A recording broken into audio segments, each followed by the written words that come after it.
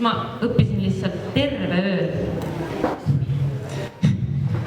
Ma küll ei õppinud. Tead, ma eile lihtsalt, ma nagu täiega tundsin, täna on minu õnnepäev. Ja tead, ma ostsin lotot, sest ma 16 täis juba. Ja tead, ma võitsin. Vedo? Ja siis mul oli tunne, et täna võib kõike juhtuda. Nii et ma atendisin Ati 16 noorte peol ja tead, jälle vipp-pääsmed. Jumal, kes, noh. Jälle vedas? No, mis vedanud siis, noh. Ja tead, läksin peole, seal oli nii palju rahvast, mis ma istun seal oma vipp-koha peal, vaatan kõike seda rahvamassi. Ja siis ma sirutasin käed välja, nagu nii. Ja siis see oli nagu, et kogu linn on minu.